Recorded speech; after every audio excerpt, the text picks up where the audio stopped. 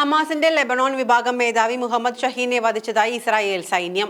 തുറമുഖ നഗരമായ സിഡോണിൽ ഇസ്രായേൽ പ്രതിരോധ സേന നടത്തിയ ഡ്രോൺ ആക്രമണത്തിൽ മുഹമ്മദ് ഷഹീൻ കൊല്ലപ്പെട്ടതായി ഇസ്രായേൽ സൈന്യം അവകാശപ്പെട്ടു. തെക്കൻ ലെബനോണിൽ ഇന്നലെ നടത്തിയ ഡ്രോൺ ആക്രമണത്തിലാണ് മുഹമ്മദ് ഷഹീനെ വധിച്ചെന്ന് ഇസ്രായേൽ സൈന്യത്തിന്റെ വാദം. തെക്കൻ ലെബനോണിലെ സിഡോൺ നഗരത്തിലാണ് തിങ്കളാഴ്ച ഇസ്രായേൽ വ്യോമാക്രമണത്തിൽ ഹമാസ് സൈനിക കമാൻഡർ കൊല്ലപ്പെട്ടതെന്നാണ് വിവരം. സൈന്യവും ഷിൻബെറ്റ് ആഭ്യന്തര സുരക്ഷാ വിഭാഗവും സംയുക്തമായി നടത്തിയ ഓപ്പറേഷനിൽ തീരദേശ നഗരത്തിൽ കാറിന് നേരെയുണ്ടായ ഡ്രോൺ ആക്രമണത്തിലാണ് മുഹമ്മദ് ഷഹീൻ കൊല്ലപ്പെട്ടത്. സ്ഫോടനത്തിൽ കത്തുന്ന ഒരു കാറിന്റെ വീഡിയോ ദൃശ്യങ്ങളും പുറത്തു വന്നിട്ടുണ്ട്. ഇസ്രായേൽ ഹിസ്ബുള്ള വെടിനിർത്തൽ കരാറിന്റെ ഭാഗമായി തെക്കൻ ലെബനോണിൽ നിന്ന് ഇസ്രായേൽ പിന്മാറുന്നതിനുള്ള അവസാന ദിവസം ഇന്നാണ്. വെടിനിർത്തൽ കരാർ ഉണ്ടെങ്കിലും തെക്ക് പടിഞ്ഞാറ് ലെബനോണിൽ ഇസ്രായേൽ വ്യോമാക്രമണം അവസാനിപ്പിച്ചിരുന്നില്ല. സിദനിലെ മുനിസിപ്പൽ സ്പോർട്സ് സ്റ്റേഡിയത്തിന് സമീപമുള്ള സൈനിക ചെക്ക് പോസ്റ്റിനടുത്ത് വെച്ചാണ് ഷഹീനു നേരെ ആക്രമണമുണ്ടായത്. ഇറാന്റെ ഒത്താശയോടെ ഇസ്രായേൽ പൗരന്മാർക്കെതിരെ ആക്രമണം നടത്താൻ ഇയാൾ പദ്ധതിയിട്ടിരുന്നതായി ഇസ്രായേൽ ആരോപിച്ചു.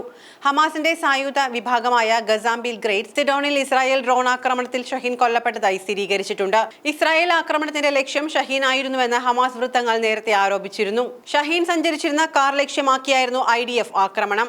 ലെബനോണിലെ ഹമാസിന്റെ പ്രവർത്തനങ്ങളുടെ തലവനായിരുന്നു ഷഹീൻ. ഇറാന്റെ സഹായത്തോടെ ഇസ്രായേലിനെതിരെ ആക്രമണ പദ്ധതികൾ ആസൂത്രണം ചെയ്തു വരികയായിരുന്നുവെന്ന് ഇസ്രായേൽ ആരോപിച്ചു.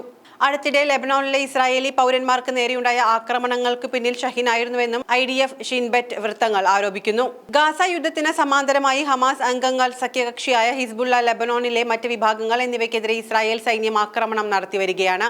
അതേസമയം ഗാസ വെടിനിർത്തൽ കരാറിന്റെ രണ്ടാം ഘട്ട ചർച്ചകൾ ഈ ആഴ്ച ആരംഭിക്കുമെന്ന് ട്രംപിന്റെ പശ്ചിമേഷ്യൻ പ്രതിനിധി സ്റ്റീവ് വിറ്റ്കോഫ് വ്യക്തമാക്കി.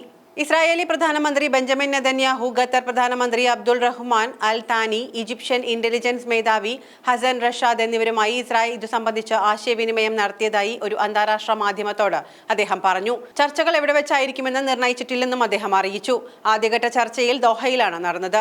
കരാർ പ്രകാരം കഴിഞ്ഞ ആഴ്ചയാണ് രണ്ടാം ഘട്ട ചർച്ചകൾ ആരംഭിക്കേണ്ടിയിരുന്നത്. വെടിനിർത്തലിന്റെ ഭാഗമായുള്ള ഒന്നാം ഘട്ട 6ാം ദിവസം ബന്ദിമോചനം കഴിഞ്ഞ ദിവസം പൂർത്തിയാക്കിയിരുന്നു. ശനിയാഴ്ച ഖാൻ യൂനിസിൽ വെച്ച 3 ഇസ്രായേലി ബന്ദികളെ കൂടി ഹമാസ് മോചിപ്പിച്ചു.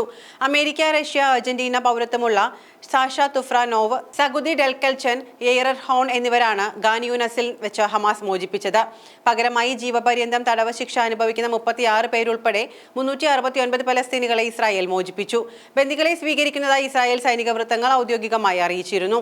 ഗാസ വെടിനിർത്തൽ കരാറിന്റെ ആദ്യഘട്ടത്തിന്റെ ഭാഗമായി ഇതുവരെ 5 തായ് പൗരന്മാരടക്കം 24 ഇസ്രായേൽ ബന്ദികളാണ് മോചിപ്പിക്കപ്പെട്ടത്.